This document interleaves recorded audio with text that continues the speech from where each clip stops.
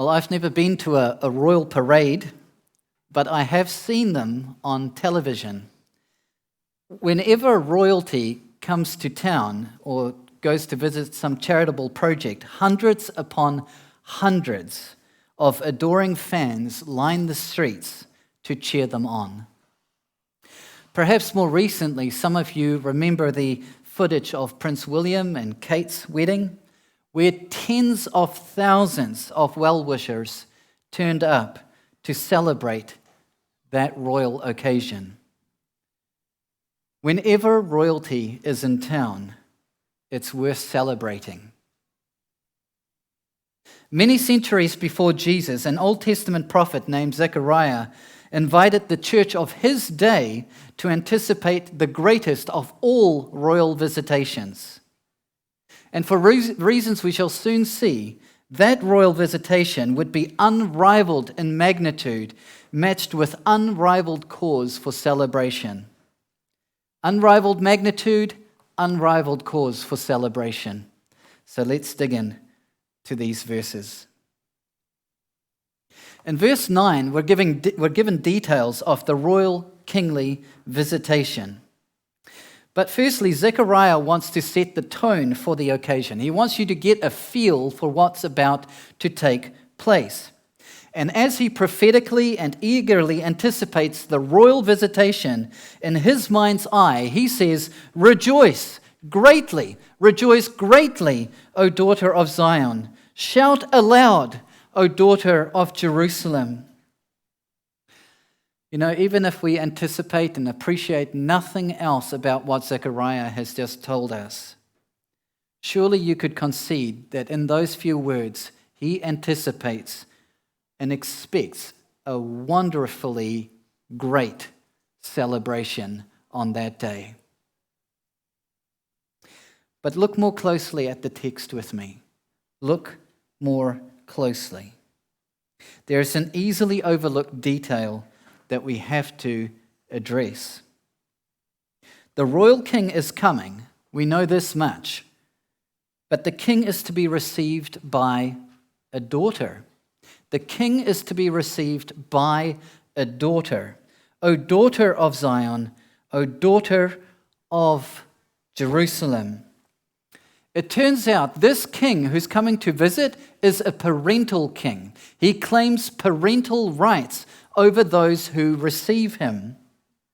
And this may sound really strange to us. We are not familiar with parental kingship.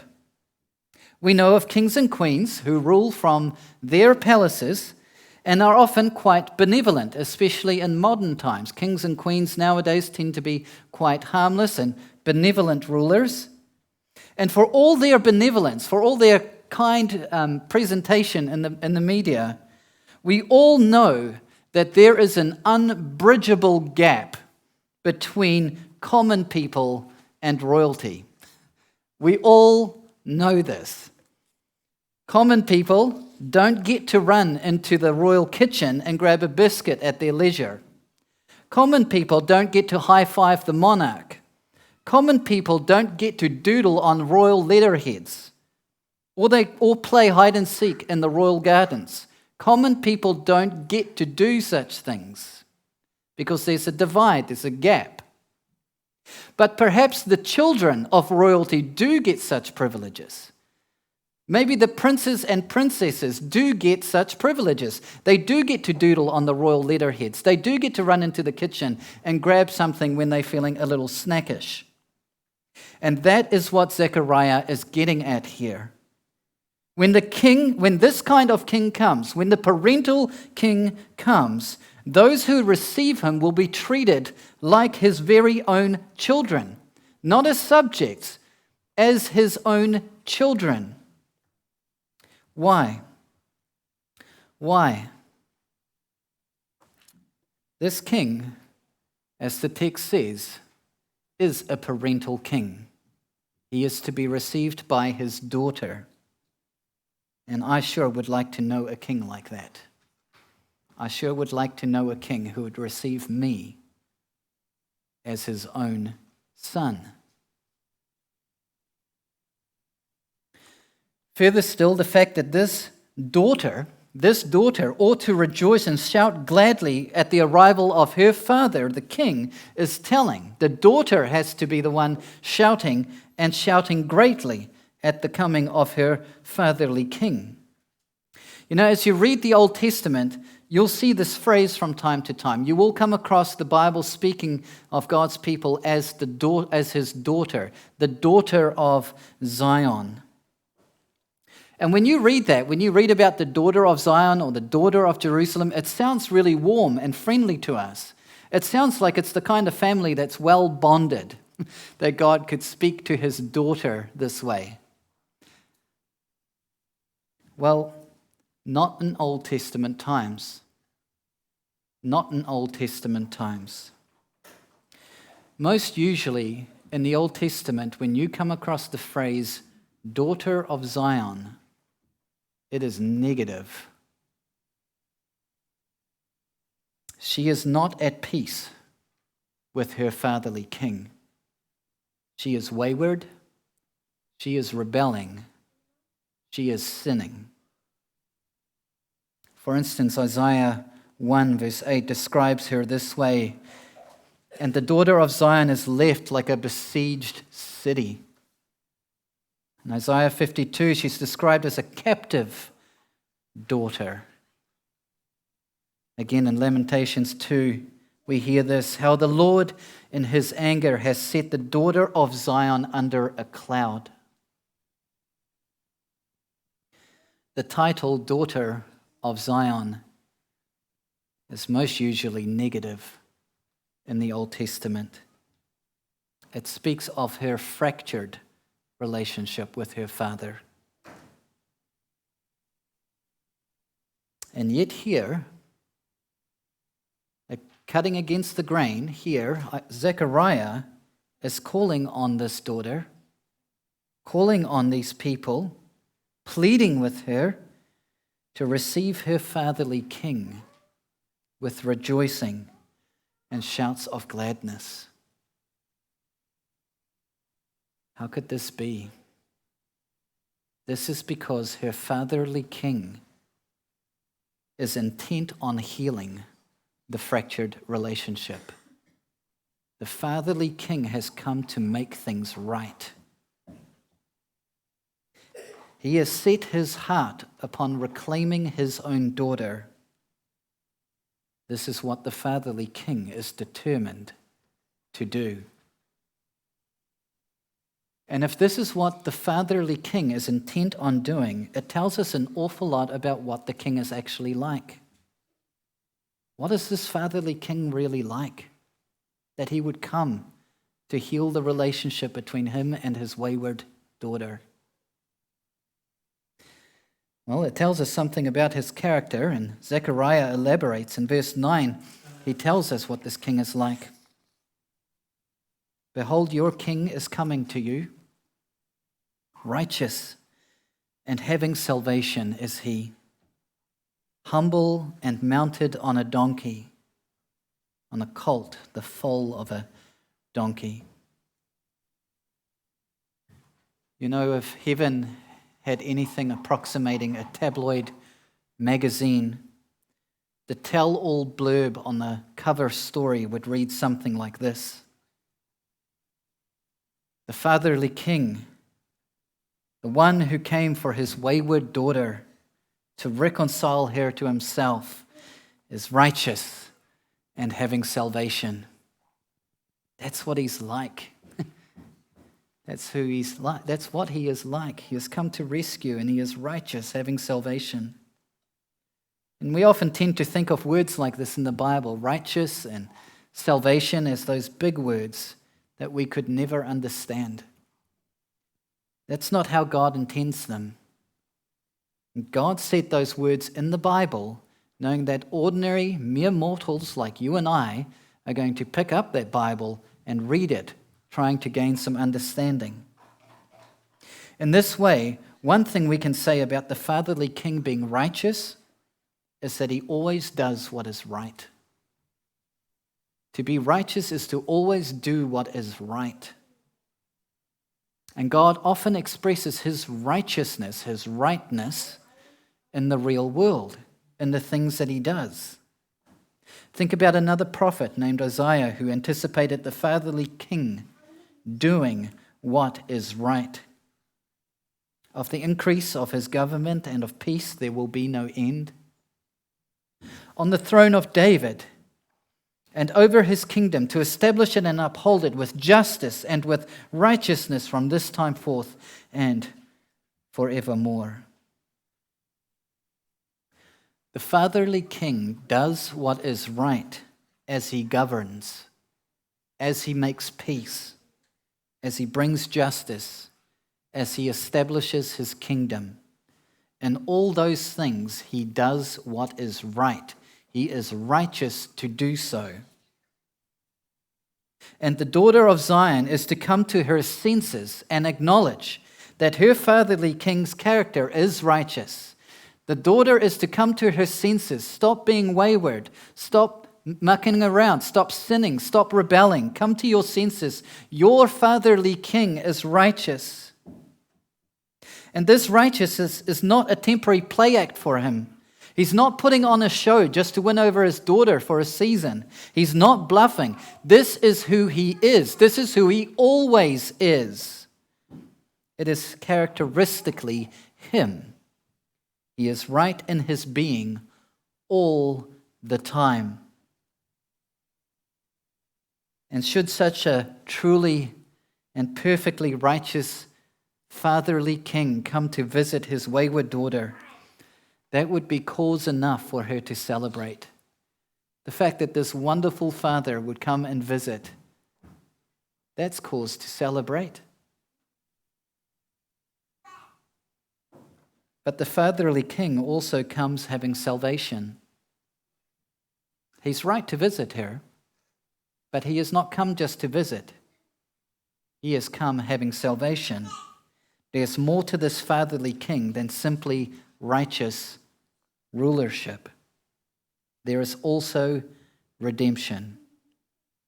The Old Testament is well versed. If you read your Old Testament, it is well versed in this human need for redemption.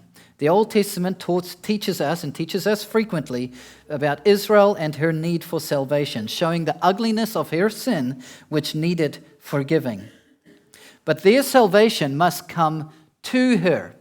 Never miss this about the Old Testament. The salvation of God's people must come to her. They cannot find it themselves. They are not able to save themselves. The salvation must come to them. And this salvation is what their fatherly king is now bringing. He is coming to them. They're not going to go find him somewhere.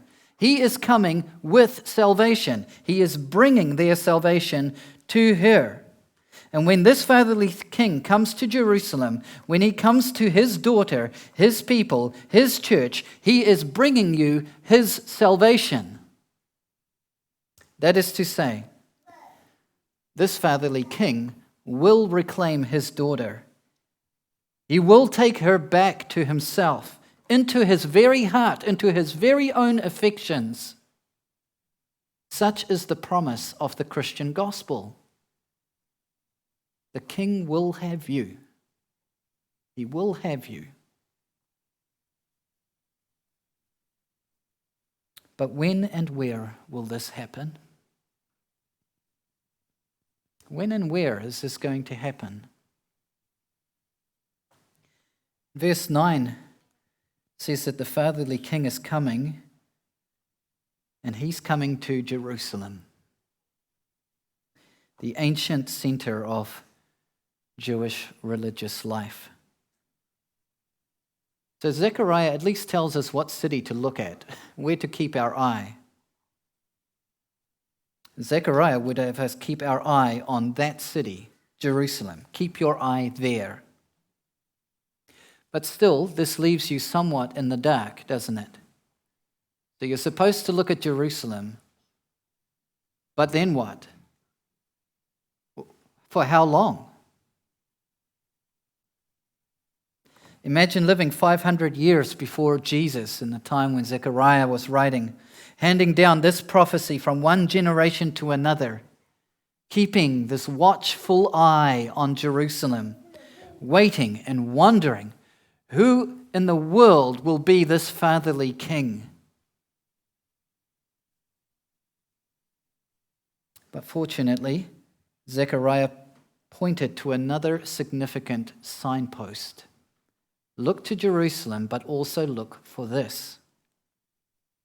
When you see someone in Jerusalem doing these kinds of righteous kingly things, when you see someone bringing righteous justice, giving sight to the blind, proclaiming good news of salvation, establishing his kingdom, when you see someone doing those things, hope and hope for more. Hope to see that man riding, entering Jerusalem, making his grand entrance upon Jerusalem on the back of a donkey. Because if that's happening, it's go time. The fatherly king has arrived, and it's time for you to receive him. To which the average punter would say, what's so special about riding a donkey? I mean, honestly, if this is this great fatherly king who's come to do mighty things, couldn't he ride something with a bit more pizzazz? Couldn't he enter Jerusalem on the back of, say, a tamed tiger or a Clydesdale at least? No, the donkey is key. The donkey is key. War kings arrive on horses. War kings come on horses. The fatherly king is not here to make war at this moment. He is here for his daughter. He is here to make peace with her. And for that, a humble donkey is the right animal for the task. He's not here on a war horse. He's here on a humble donkey because he's here to make peace. The animal is perfectly suited to his mission.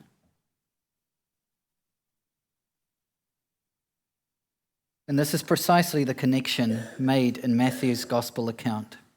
When Matthew recalls the kinds of things that had taken place in the days of Jesus, he says to us that Jesus' entry to Jerusalem on a donkey took place to fulfill what was spoken by the prophet Zechariah. It happened this way so that the prophet Zechariah might be fulfilled, so that everyone would get it, so that no mistakes would be left, would be made along the way, so that all the loose ends would be tied up. The fatherly king is here because he rode into Jerusalem on a donkey. He's the right guy. You're looking at the right person. The donkey helps us to pinpoint the truth that we Christians celebrate. Jesus is the fatherly king, the righteous king, the saving king, who came for his wayward daughter, his church.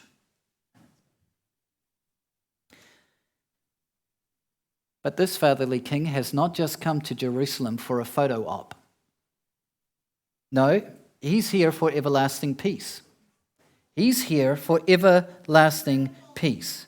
One of the things prophesied about the fatherly king's mission in Jerusalem is this: I will cut off the chariot from Ephraim and the war horse from Jerusalem. And the battle bow shall be cut off, and he shall speak peace to the nations. His rule shall be from sea to sea, and from the river to the ends of the earth. That's his mission. And at this point, we must surely confess, we don't see this part of the prophecy fulfilled just yet. Or am I mistaken? Has the instruments of war to the north of Jerusalem been cut off? Has the battalions to the south been dismantled? No. We see wars throughout the world still. Even this very day, there is still a civil war raging in Yemen, in Myanmar. There's a drug war in Mexico where hundreds are losing their lives. There's an ethnic war going on in South Sudan. And then the war that our news cycle seems to be obsessed with right now between Russia and the Western powers. So Zechariah's prophecy about the fatherly king making global peace is yet unfinished business. Even so, those events which took place in Jerusalem, the prophecy, the donkey, these things are central to the establishment of global peace under the rule of fatherly King Jesus. As Christians, we are convinced if Zechariah's prophecy was right about Jesus and the donkey, then the rest of the prophecy will surely follow. If he was right in verse 9, he's right in verse 10. You follow? And this includes, according to verse 10, the complete disarmament of all the king's enemies throughout the world, on every continent, in every city. Nothing less will do than for the fatherly King Jesus ruling from sea to sea. Nothing less will do. This is how Zechariah sees it. He, the fatherly King, Jesus, shall speak peace to the nations. His rule shall be from sea to sea and from the river to the ends of the earth. Zechariah expects, anticipates, and prophesies the global rulership of Jesus. Other prophets confirm the same thing to us. Isaiah said, of the increase of his government and of peace there will be no end. Habakkuk tells us, the earth will be filled with the knowledge of the glory of the Lord as the waters cover the sea. It will be everywhere, every continent, every city submitted to the rulership of fatherly King Jesus. Jesus will rule from sea to sea. And this means that the future of Christianity is global Christianity. The future of Christianity is global Christianity. And her fatherly King will see to it. If this is the future that awaits the world, if Zechariah is true, that from sea to sea is where Jesus will reign, if he is right, if that is true, if we are to believe that, my question to you this morning is simply this. What do you see in this prophecy of Zechariah? What do you see about this king? Do you see royalty? Do you see your fatherly king? I ask this question pointedly as I return to the original statement made by Zechariah. He says, behold your king. Your king is coming to you.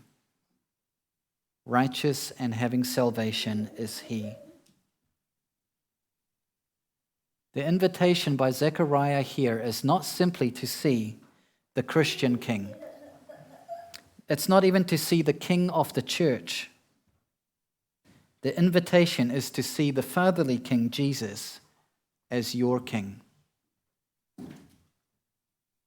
See your king. See Christ. Will you have him? Will you receive him? Will you lay down your weapons of unbelief to him this morning? The fatherly King has come to redeem his people. He rode into Jerusalem some 2,000 years ago on a donkey, making peace through his crucifixion, disarming and rendering his enemies useless. He disarmed his enemies and he renders their weapons useless. 3 days later, he was raised from the dead, and he took his seat as the rightful king over the nations. Our hope for global peace is found in him and him alone. Our hope for salvation is found in him and him alone. So will you have him? The fatherly King will surely have you.